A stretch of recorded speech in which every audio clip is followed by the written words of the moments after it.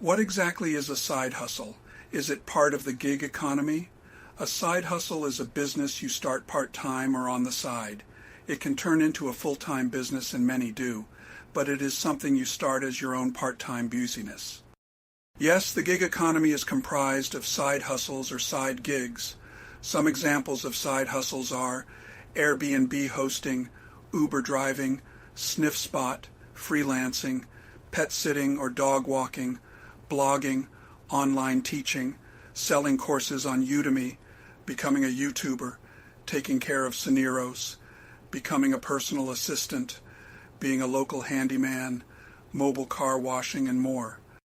Personally, I am interested in side hustles that you can scale, side gigs in which you can form a team and direct them, then expand. But everyone is different, and everyone wants something different from their side hustle.